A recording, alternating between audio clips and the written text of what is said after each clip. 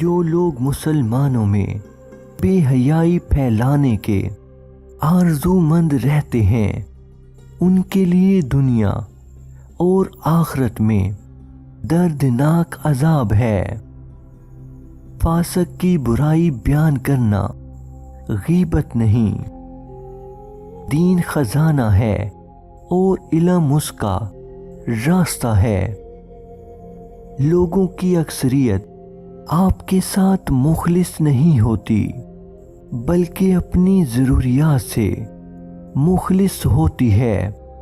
صرف ان کی ضروریات بدلنے سے ان کا اخلاص بدل جاتا ہے۔ موت ایک بے خبر ساتھی ہے۔